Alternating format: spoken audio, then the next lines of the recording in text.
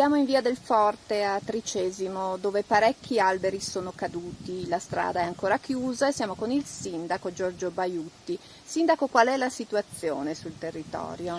Ma la situazione stamattina è molto migliorata grazie al lavoro che è stato svolto ieri dai volontari della Protezione Civile, dai Vigili del Fuoco, dalle persone che si sono adoperate moltissimo nelle rispettive proprietà e stamattina anche dalla squadra operai. Ci sono ancora delle situazioni da affrontare che riguardano, come nel caso di Via del Forte, la rimozione di alberi caduti. Gli alberi caduti complessivamente sono una quarantina, molti dei quali però in zone a parco e a verde pubblico, che quindi non creano problemi alla viabilità, mentre in questo caso appunto c'è la necessità di rimuoverli, sono tanti, ecco, lungo una strada che non è di grande percorrenza ma che comunque va ripristinata.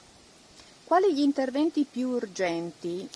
che intendete? No, gli interventi più urgenti, diciamo così, sono di medio periodo, perché bisogna riprogrammare un attimino anche il dimensionamento della rete fognaria in alcune zone del comune. Abbiamo una parte di territorio per il quale la reggimentazione delle acque è condivisa o va condivisa con il vicino comune di Reana, ma c'è una parte centrale del comune di Tricesimo che, diciamo così, sposta e convoglia le acque piovane lungo quello che era il canale naturale di smaltimento delle acque meteoriche che è il Rio Tresemane e che però da 15 anni, diciamo così, non ha nessun tipo di manutenzione da parte del consorzio della bonifica della pianura friulana.